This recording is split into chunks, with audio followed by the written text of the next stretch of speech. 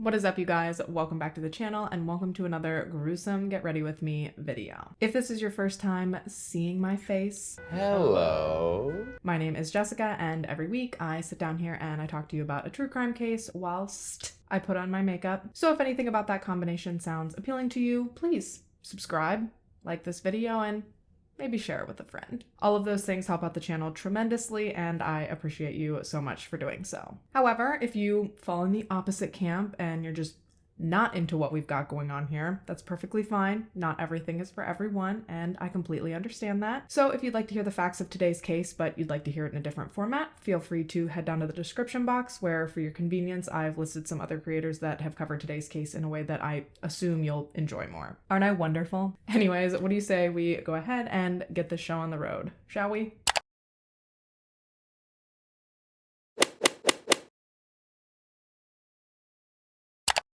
Okay, so I know that you quite literally just saw all of the content warnings and trigger warnings and disclaimers just now, but I just want to make you very aware that this story touches on a variety of distressing topics, a lot of which are still very prevalent to this day. This case is a lot, and it could be upsetting to a variety of different people, so just know that going in. Today, we're talking about a spree killer and a family annihilator. And this was just one guy. One guy, all these different crazies, wrapped them into one nasty little package of jackassery. Yeah, y'all better buckle the fuck up. Mark Orrin Barton was born on April 2nd, 1955 in Stockbridge, Georgia, to his parents Gladys and Truman Barton. He was their only child, and despite having been born in Georgia, because of Truman's job in the Air Force, shortly after Mark came along, the family relocated to Germany. The Bartons ended up spending a pretty decent chunk of Mark's childhood in Europe, but eventually they did move back to the United States, where they ultimately settled down in Sumter, South Carolina. Mark was a really smart kid. He did exceptionally well in school as far as his studies were concerned. However, when it came to Mark's social skills, that was where he seemed to lack. Mark was kind of a loner in school, and he was frequently left out of activities by his peers. As a teenager, Mark started to experiment with drugs, because don't we all? But unfortunately, Mark's drug use was less, let's drive around, smoke some pot, and go to McDonald's, and more, I'm a trip balls on hallucinogens and then end up in the hospital on multiple occasions. Or get busted for armed robbery trying to fund my drug habit. Yeah, he did both those things. Somehow, though, despite all of this, Mark did still manage to claw his way into college. He started his post-secondary education journey at Clemson University and finished it at the University of South Carolina, where he earned a degree in chemistry in 1979. That same year, just after his college graduation, he also settled down with his first wife, Deborah Spivey. I know that they first met while Mark was working as a night auditor at a local hotel, and I guess they just kind of hit it off. There isn't really a lot on record, at least that I was able to find, that really goes into detail regarding their courtship, but it must have been all fine and well because, like I said, they married soon after Mark graduated college, and then they moved to Atlanta to officially start their life together. They stayed in Atlanta for 8-ish years, give or take, until about 1988, because in 1988, Mark and a few of his friends actually started a company of their own. They named the company TLC Manufacturing, and once the business was officially up and running, Mark took on the role of company president to the tune of $86,000 a year, which for reference would be over $212,000 in today's money. Now, since TLC was based in Texas, this did mean that Mark and Deborah were going to have to relocate, so they packed up their lives and they moved almost 700 miles from Atlanta to Texarkana. And from all accounts, this period of time for Mark and Deborah was fine. They were making a comfortable living. They went on to have 2 children, Matthew in 88 and Michelle in 91. And like I said, everything was going well until it wasn't. The early 90s were pretty rough for Mark. For some reason, throughout this period of time, he started to get crazy paranoid, and this paranoia bled into and negatively affected basically every aspect of his life. He got really controlling and possessive over Deborah, which took a massive toll on their marriage, and his paranoia also led to an untimely end to his career at TLC. Mark always claimed that he had left voluntarily, and that the only reason it was on record that he was fired was because the company didn't want to scare off its suppliers, so instead they marked that he'd been fired, when in actuality, he'd left on his own volition. And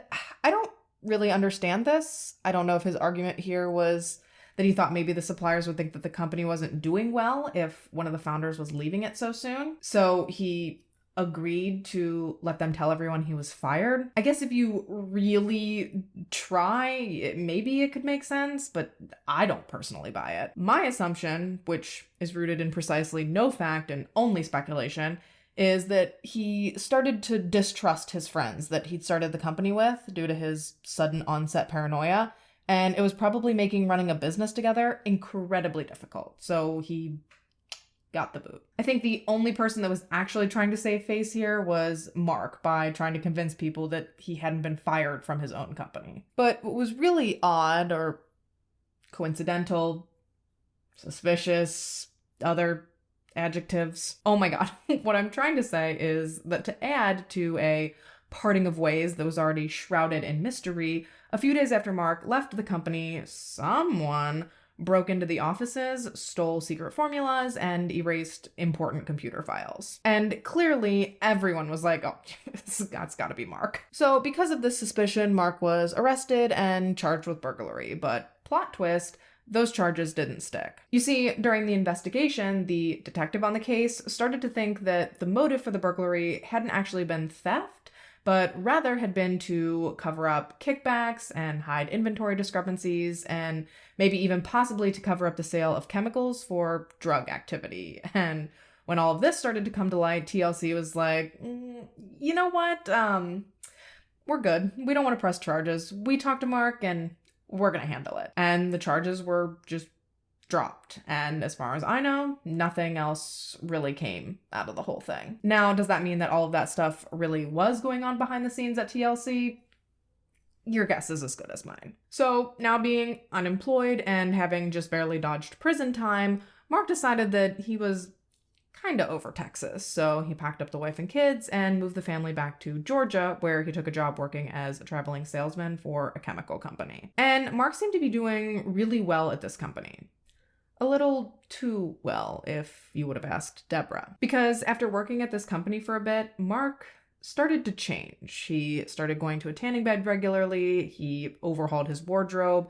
He just seemed to all of a sudden be taking a lot more pride in his appearance than he ever had before. And to Deborah, this meant that he was most certainly having an affair. And she was not planning to suffer with this fear in silence. She pretty quickly confronted Mark with her suspicions, and he told her that she was being crazy and that she was paranoid and that she was just jealous because he worked in sales. Again, I hate to try to piece together all these cryptic-ass riddles that Mark seemed to live by, but the only thing I can assume that he meant here was that she was jealous and insecure about the amount of people he was coming into contact with in a day. Obviously, I can't speak to exactly what he was thinking, because I don't really think anyone knew what was going on in old boy's head, but the critical piece of information to take away from all of this is that Mark was full of shit. His whole, oh, you're jealous because I work in sales argument was just a feeble attempt to gaslight Deborah, because Mark, 100%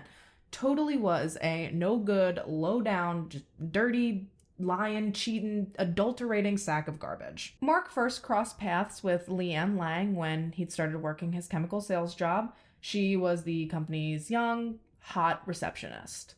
The company's young, hot, married receptionist. But apparently she was openly unhappy in her marriage, as well as openly attracted to Mark. And by May of 1993, the two of them were entangled in a full-blown, nasty little affair. And it kind of seems like they were both pretty brazen about it. In June of 1993, they even took a trip together up to North Carolina, where they spent a significant amount of time hanging out with some of Leanne's friends who I have to assume knew she was married. And not only is she parading her paramour around like she's not doing a damn thing wrong, but at dinner with Leanne's friends one of these nights, Mark stood up and proclaimed his love for her in front of everyone, promising them that he would be free to marry her by October of that same year. Meanwhile, this man is still married, as is Leanne, sure, but not only is Mark married, but back home, Mark had also just taken out a $600,000 life insurance policy on his actual wife, Deborah. And Deborah had absolutely no idea that Mark had done this, contrary to what he had told the insurance people. And if someone could please explain this to me, how does this happen so often in these stories? How are people getting life insurance policies on their spouses without them knowing? Because when I tell you that I had to jump through hoops on motherfucking hoops when my husband and I got our policies, I don't understand how they're doing this. We both had to go to meetings, we had to sign documents, we had to get physicals and blood tests and stuff so they could assess our health, and it was a process. So I simply do not understand how, even in the 90s, people were just going out and slapping hundreds of thousands of dollars worth of life insurance on their spouses without them even knowing. But it seems to have happened a lot. And in order to get this policy, Mark had actually told the insurance people that it was Deborah's idea, that she had been the one to request such a hefty amount. Because remember, this is 1993, so $600,000 back then would have been equal to roughly like $1.25 million today. And oh my God, this part's so stupid.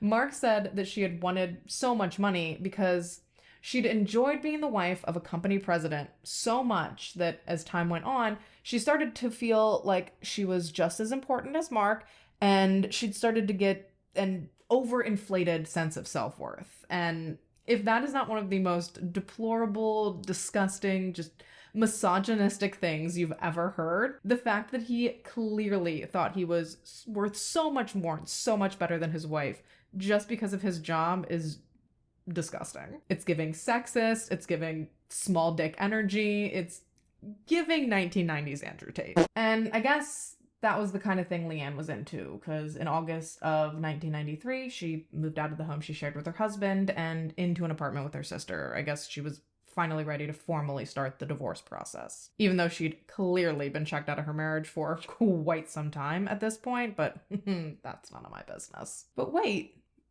what about Mark and Deborah?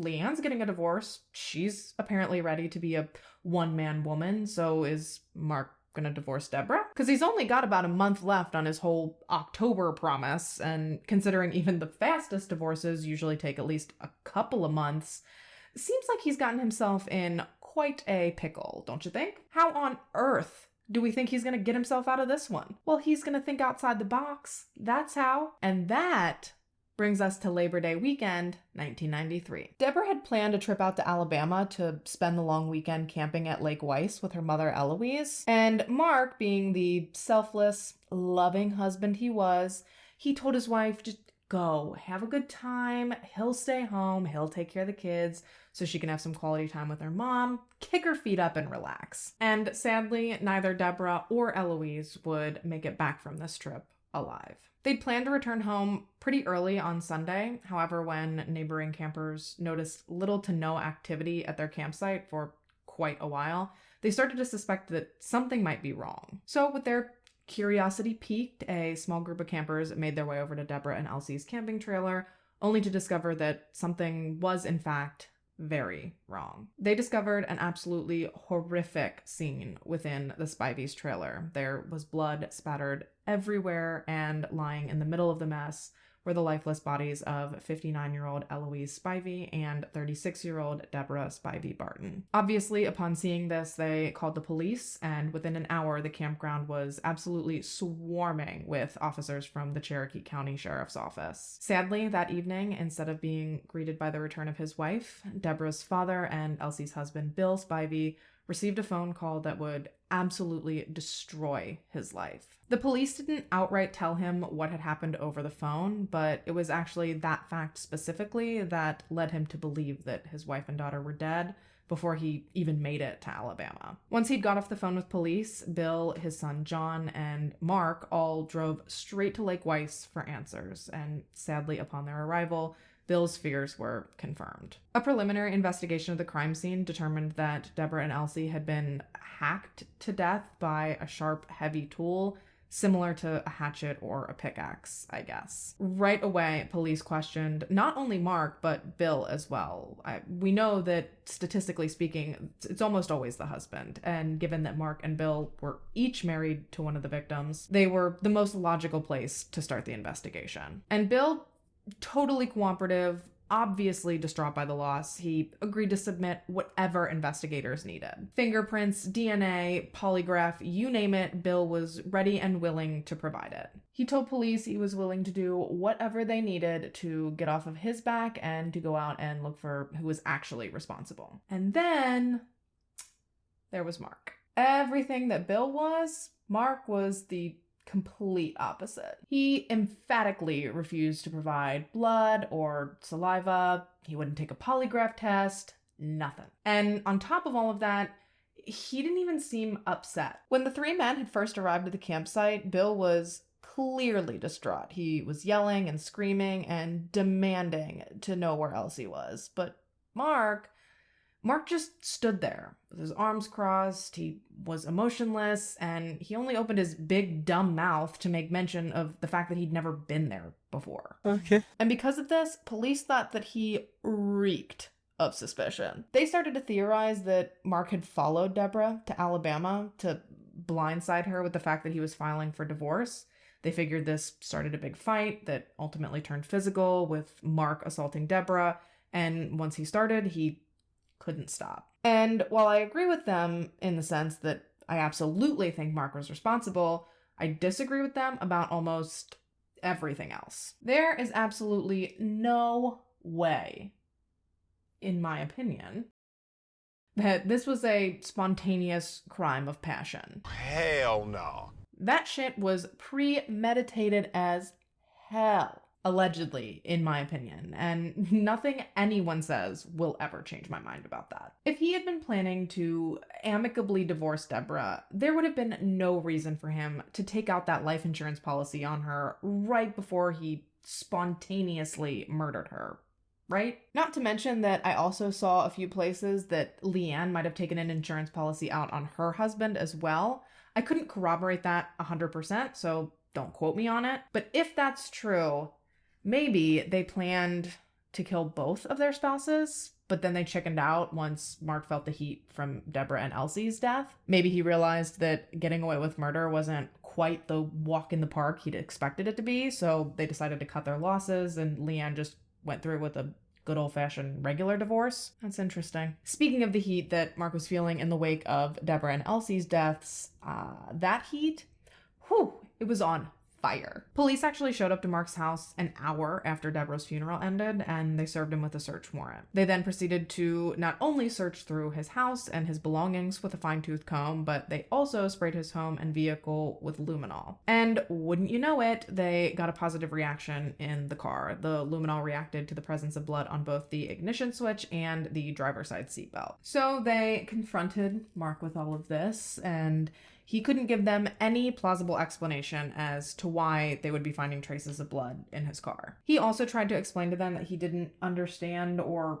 even know what luminol was. And while sure, I do not think that forensics were as well known by the general public in the 90s as they are now, please remember that Mark is a chemist, and by 93, luminol had already been commonly used to identify blood for like 50 years. So I don't buy for 1 second that he didn't know much about it and that he only knew what it was from having seen it on an episode of a TV show. Nevertheless, they explained it to him, and they explained to him what they'd found and the implications it could possibly carry, and in response, Mark asked them, well, then why am I not in handcuffs? Why aren't you arresting me? And unfortunately, he kind of had him there. They couldn't arrest him. The luminol had only reacted to a really small amount of blood in the car, and it just wasn't enough to warrant an arrest. Oh, and then later they went back to retest something with the blood, and Mark was like, big fat bummer, guys. I actually spilled a soda in my car recently, and I had to spit shine the whole thing, so that blood that you're looking for, that blood is gone. Which, oh my god, what the fuck? Why did they not take his car in for a thorough forensic examination. I don't think that he should have even had the opportunity to clean it. Like, why was he allowed to keep it in his possession?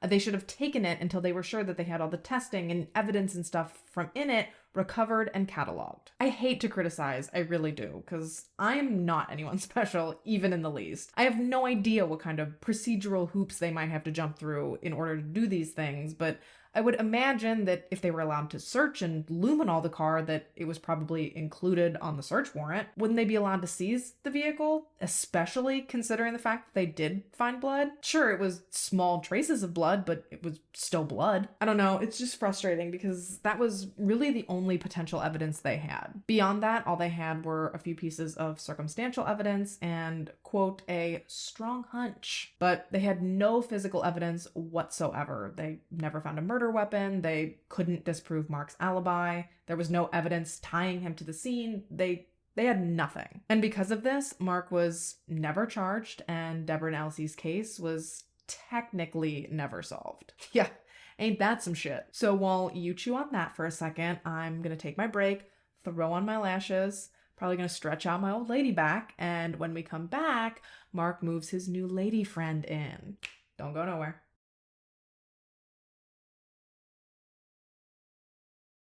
All right, so yes, within a week of Deborah's murder, Leanne started spending most nights at the house with Mark and the kids. Within a month, her divorce from her first husband was finalized, and within 6 months, they'd packed up and moved to Morrow, Georgia for a fresh start. All the neighborhood rumors that he'd offed his first wife so he could marry his mistress were really starting to cramp his style, I guess. Sadly, though, for poor Mark, that fresh start he so desperately wanted did not stay fresh for very long, because in February of 1994, Mark's daughter Michelle, who was just under 3 years old at the time, confided in a teacher at her daycare that her father had been inappropriate with her. Obviously, the teacher did what they were supposed to. They funneled the information through the proper channels, and an investigation into the Barton family was opened. However, given, and this is a quote from the time, it's not something I'm saying, it's abhorrent and disgusting, but given Michelle's young age, it was too difficult to build a solid case against Mark or to even interfere with his custody of his children. So yeah, literally nothing happened. Not even when one of the psychologists that Mark was ordered to speak to reported that he was, quote, certainly capable of some horrific things, including but not limited to homicide. And even with this, the state's attorney was just like, it's probably fine. Spoiler alert, it most certainly 100% as a matter of fact was not fine, but we'll get there. Now, on the heels of these allegations from Michelle, Mark and Leanne's marriage was also starting to implode. The ink on their marriage license was barely even dry before Leanne started frequently walking out on Mark in the wake of increasingly heated arguments. Their marriage was so volatile and so dramatic and so messy that they very quickly became the talk of their new neighborhood as well. So yeah, so much for that whole new start thing. But things weren't all bad for old Marky Mark, because eventually he did receive the payout he'd been waiting for from Deborah's life insurance policy, which,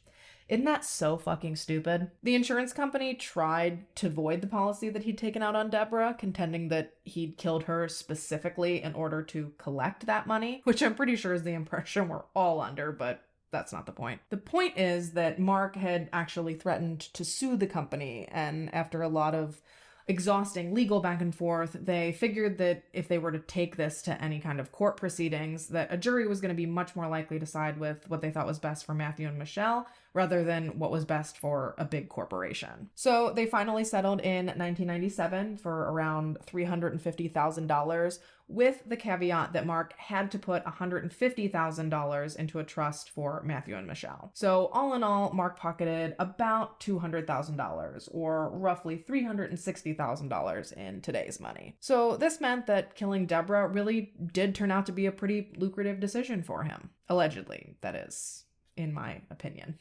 Of course. But what, pray tell, was Mark going to do with all his newfound riches? Piss it all away. That's what. Well, kinda. Mark took his money and he used it to buy his way into the high-risk fraternity of day trading, which is where you use like specialized computer software to buy and sell stocks. like that, just rapid fire, like within seconds. Mark began his day trading career with a company called Alltech in April of 1998, and he had to pay $50,000 up front to open his account with them. And then on top of that, he paid $5,000 to attend a training course that the company offered. So Mark was very serious about this endeavor, and he got swept up into the fast-paced, high-risk, potentially high-reward lifestyle very quickly. The other traders at Alltech described Mark as an aggressive trader, and they referred to him as the Rocket because he liked to get on stocks that were moving fast. If it's not painfully obvious, I don't know jack diddly squat about the stock market or stocks, so I'm probably the worst person to be trying to explain this part of the story, but I will persevere. Now, at first, Mark did seemingly have a lot of success in his day trading career, sometimes making over $100,000 in one day. But, you know that old saying, what goes up ultimately must come down. And when Mark came down, he came down hard. That's what she said?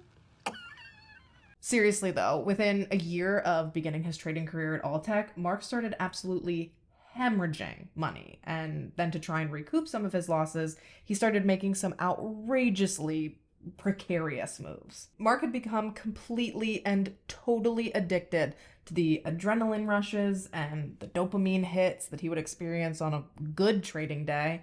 And even though good trading days had become few and far between for him, Mark was desperate to try and claw his way back to being successful. Unfortunately, though, no matter how hard he tried, Mark was never able to turn it back around. He had lost so much money that by April of 1999, he was actually forced to close his account with Alltech. And his misfortune did not stop there. By this point, he'd been forced to move out of his rental home and into an apartment. He'd had to sell off a majority of his possessions, and his marriage to Leanne was in absolute shambles. His life was falling all the way apart. But rather than admit defeat and go back to a traditional job with a guaranteed income, give himself a fighting chance at piecing his life back together, Mark instead decided to open an account at a new day trading firm just a month and a half after he'd closed his account at Alltech. Coincidentally, Momentum Securities, the new company that Mark was going to start trading at, their office was located just across the street from Alltech's office. Mark opened his account with Momentum in early June of 1999, and by late July, he'd already managed to lose over $100,000. Because of this, he was also forced to close his account at Momentum until he could at least front a $50,000 margin call, meaning that until he could put up $50,000 in cash to Momentum to cover any potential future debt caused by falling stock prices, Mark's trading days were over. Sidebar, Mark's financial situation confuses the absolute shit out of me because, So his total estimated losses since he began day trading were said to be close to $300,000. But it's also said that at the time everything we're about to talk about took place, Mark was estimated to be worth about $750,000, with a total of $250,000 in liquid assets. So why the $50,000 check that he wrote to Momentum in an attempt to resume his trading career bounced? I'm not sure, but it did. And because of this, he was obviously not allowed to start trading again, and it seems as though after this happened, Mark kinda just snapped. Tuesday, July 27th, 1999 seemed like any other day for the Barton family. Mark took his son Matthew to Boy Scouts, where they cheerfully talked to other scouts about camping and merit badges, and no one could have possibly suspected the terror that would play out in Atlanta by Mark's hand over the next 48-ish hours. Mark's rampage began that exact evening, the evening of the 27th, when, upon returning home to his Bristol Green apartment, Mark bludgeoned Leanne to death with a hammer before stuffing her body into their bedroom closet. He then proceeded to carry on with the rest of the evening and the majority of the next day, the 28th, as if everything was just completely normal. Yes, he and his kids spent close to 24 hours just living their lives in that apartment with their dead stepmother and wife shoved in a closet just a few feet away. And if that fact doesn't give you the heebie-jeebies, I don't know that I can think of anything that would. And sadly, that day would be the last day of both of the Barton children's lives, because that night after they'd fallen asleep, tucked peacefully into their beds, Mark entered their room with the same hammer he'd used to bludgeon his wife, and he proceeded to turn it on his own children. Matthew was just 11 years old and Michelle was only 8. And after attacking them with the hammer, Mark then moved their tiny, limp bodies into the bathroom, where he placed them face down in the bathtub, which he'd filled with water just before that. In his suicide note, he claimed that he did this to ensure that they were truly gone, that they wouldn't wake up in pain if he hadn't successfully taken their lives with the hammer. And I don't know about you, but the thought of that, it makes me physically ill. Obviously, everything we've discussed and will continue to discuss is selfish and senseless and did not need to happen, but I will especially never understand why this man thought he needed to murder his own innocent little children. Nothing could ever even come close to sort of halfway even starting to justify that. He claimed, again, in his suicide note, that he did it to save them from a lifetime of pain, but I don't know, maybe let them decide if they like being alive? Who are you to play God? Why do you get to decide that it's time for them to die? It is nauseating. So once he was sure that they would not wake up, he moved their bodies once again and placed them back in their beds, and he tucked them in with their favorite stuffed animals and video games, and then he went back to the bathroom and cleaned himself up so that he could comfortably sit down at his computer and compose the note I mentioned. The letter was written just before 6:40 a.m. on Thursday, July 29th, 1999, and it read, "To whom it may concern, Leanne is in the master bedroom closet under a blanket. I killed her on Tuesday night. I killed Matthew and Michelle Wednesday night. And while there may be similarities between their deaths and the death of my first wife, Deborah Spivey, I deny killing her and her mother. There's no reason for me to lie now. It just seemed like a quiet way to kill and a relatively painless way to die. There was a little pain, but all of them were dead in less than 5 minutes. I hit them with a hammer in their sleep and then put them face down in the bathtub to make sure that they didn't wake up in pain, to make sure that they were dead. I'm so sorry. I wish I didn't. Words cannot tell the agony. Why did I? I've been dying since October. I wake up at night so afraid, so terrified that I couldn't be that afraid while awake. It has taken its toll. I have come to hate this life and this system of things. I have come to have no hope. I killed the children to exchange them for 5 minutes of pain for a lifetime of pain. I forced myself to do it to keep them from suffering so much. No mother, no father, no relatives. The fears of the father are transferred to the son. It was from my father to me and from me to my son. He already had it, and now to be left alone. I had to take him with me. I killed Leanne because she was one of the main reasons for my demise, as I planned to kill the others. I really wish I hadn't killed her now. She really couldn't help it, and I love her so much. I know that Jehovah will take care of all of them in the next life. I'm sure the details don't matter. There's no excuse, no good reason. I am sure no one would understand. If they could, I wouldn't want them to. I just write these things to say why. Please know that I love Leanne, Matthew, and Michelle with all of my heart. If Jehovah is willing, I would like to see them again in the resurrection, to have a second chance. I don't plan to live very much longer, just long enough to kill as many of the people who greedily sought my destruction. You should kill me if you can. Mark O. Barton. I give you my wife, Leanne Vandiver Barton, my honey, my precious love. Please take care of her. I will love her forever. I give you Matthew David Barton, my son, my buddy, my life. Please take care of him. I give you Michelle Elizabeth Barton, my daughter, my sweetheart, my life. Please take care of her." I'm sorry, but I don't care. I just don't care. I don't care how he tried to justify it. I really don't. He could have said anything in that note, and I still would not understand why people feel the need to take others with them when they decide it's time to take their own lives. It is beyond my scope of comprehension. Like, far beyond it. And horrifyingly, Mark still wasn't done. And by the end of that very same day, the day that he had sat down to write that horrible note, Mark would end the lives of 9 more innocent people. Mark walked into the Momentum Securities office just before 2:15 p.m. that day. He made an appointment with the office manager under the guise of putting up the $50,000 to start trading again, but that was never his intention. Everyone who spoke to Mark that day said that at first he seemed fairly normal, as normal as he could seem. He made small talk for a few minutes and exchanged pleasantries while he waited for the office manager to return from the bank for their meeting. However, as the minutes wore on, Mark started to get impatient. So, without explanation, he began walking around and closing some of the office blinds and shutting some of the doors. And just as people throughout the office started to take notice of what he was doing, Mark turned around and announced to everyone, quote, "It's a bad trading day and it's about to get worse." And before anyone could even begin to process what he could have possibly meant by that, Mark pulled out 2 handguns and opened fire on the trading floor. Obviously, as soon as the shooting began, everyone broke out into an absolute frenzy trying to get out of Mark's line of fire. People hid under desks, people ran, people barricaded themselves in private offices.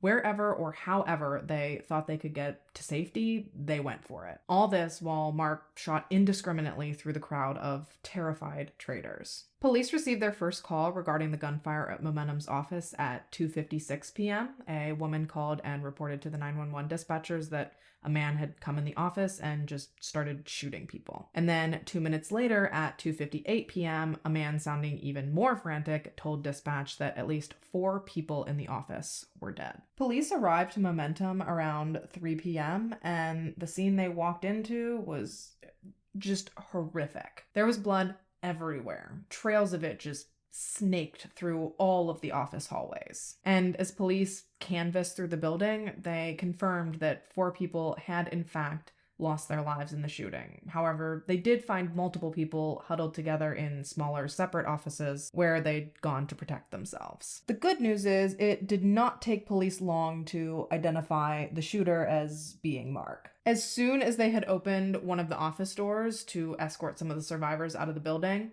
one of the women, once she realized they were cops, stood up and started screaming at them, something along the lines of, like, it was Mark Barton, he shot us. The bad news, though, was that in all of the chaos, Mark had actually managed to conceal his guns and walk out of the building, just completely unnoticed by police. And now, no one knew where he was. Mark walked smiling into the Alltech office at 3 p.m. because remember that the Alltech office was just a hop, skip, and a jump across the street from the Momentum office where Mark had just mercilessly slaughtered 4 people. He'd walked in totally nonchalant, similarly to how he'd walked into Momentum, and somehow, despite the chaos unfolding in the street, the people at Alltech at the time were completely unaware that there'd been a shooting at all, let alone that the shooter had just walked into their building. So when Mark asked to speak to the office manager, no one had any reason to believe that his intentions were sinister. Even when Mark initially pulled out his guns in the office with the office manager and his secretary,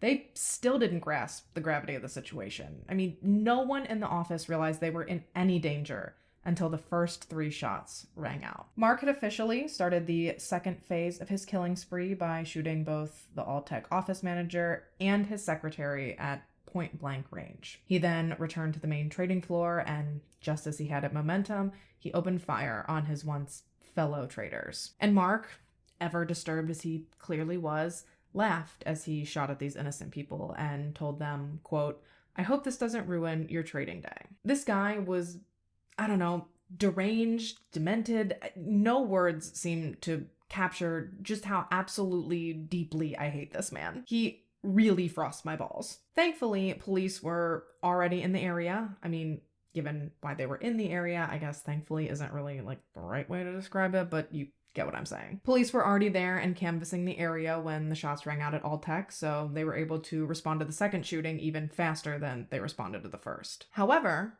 what's absolutely ba-fucking-nanas is that once again, somehow, Mark managed to just saunter out of the building, like everything was fine. He'd killed 5 more people at Alltech, concealed his guns again, and walked right out, hopped in his little minivan, and drove away. And I do not understand how he did this, because police were already out in full force trying to locate him. They pulled his personal information from his driver's license, which still had his residence listed as his old rental home in Morrow, Georgia. But when police got there, Mark's old neighbors quickly informed them that he'd moved to the Bristol Green apartment complex in Stockbridge, and this was about 8 miles southeast of Morrow. So those police contacted the Stockbridge police, who immediately made made their way over to Mark's apartment, where they walked into a horrible scene that I don't think any of them were expecting. Police were shocked to discover the bodies of Matthew and Michelle in their beds before they discovered Mark's suicide note, which ultimately led them to the discovery of Leanne's body in the master closet. It was awful. I mean, the whole day was awful. Everything this man did was awful, but I cannot imagine being these cops and just having things seem to get worse and worse and worse every second. Not to mention that they still don't know where this lunatic is, so it's like, how much more carnage is he going to leave in his wake before they finally track him down? They did not have any time to spare. It took hours of searching. 4 hours, to be exact. 4 hours of searching buildings and alleys and cars and bushes. And if someone could possibly hide in it, police searched it. But they wouldn't have any idea where Mark was until almost 8 p.m. The first reported sighting of Mark police received came from security officers at the Town Center Mall in Kennesaw, Georgia, which was about 20 miles from Buckhead, where the shootings had actually taken place. Apparently, Mark had become pretty desperate to ditch his green Ford minivan, as it had become a key piece of identifying information police had given to the public about Mark, so everyone was on the lookout for it. Kinda like a certain white Elantra we've all been hearing about for weeks and weeks. Mark wanted to distance himself from his van so badly that he actually attempted to carjack a 25-year-old woman who was walking to her car from the mall as Mark was browsing for new vehicles. Mark had approached Anne Greenlee in the parking lot, like I said, and he told her that if she screamed, he'd shoot her. Understandably, she was frozen with fear, and she just stared into Mark's eyes, which later she would liken to shark eyes, just black and devoid of any emotion. Luckily, when she kind of snapped back into reality and realized she was in danger, she took off running back into the mall, where she reported the incident to security, who then called 911. Despite his threats, thankfully Mark did not ever end up shooting at Anne. Instead, when she ran away, he'd retreated back to his, at this point, infamous minivan and attempted to take off out of the parking lot. But alas, escaping this mall parking lot would actually prove more difficult for Mark than escaping the literal scene of his killing spree, thanks to one incredibly brave and honestly slightly reckless man. 47-year-old Jim Gilmartin was driving through the mall parking lot with his wife and daughter when Anne actually ran in front of his car as she ran from Mark. And when Jim looked to see what Anne was running from, he locked eyes with Mark just before he made his way back to his van. But it wouldn't be until Jim saw Mark's license plate, 101 GPD, that he realized just what he'd stumbled into. Like I said, the van had been all over the news, and as they were driving through the parking lot of the mall, Jim had actually mentioned to his wife like how crazy it was that there were so many green vans around. And because he'd been hearing about this van nonstop all day, he'd actually memorized Mark's license plate. So when he saw the license plate, he realized that the man he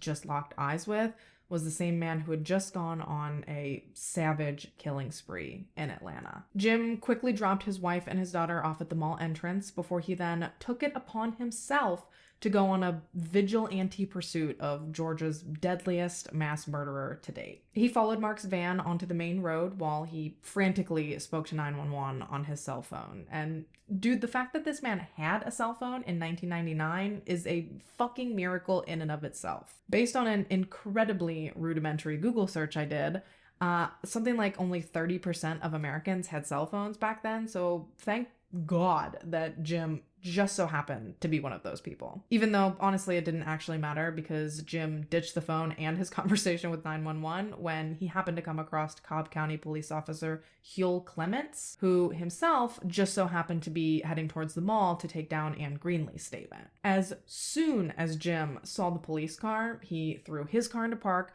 jumped out, and started waving and screaming at Officer Clements, just repeatedly yelling like 101 GPD, 101 GPD as he frantically motioned towards Mark's van. Officer Clements then proceeded to bust a badass U-turn.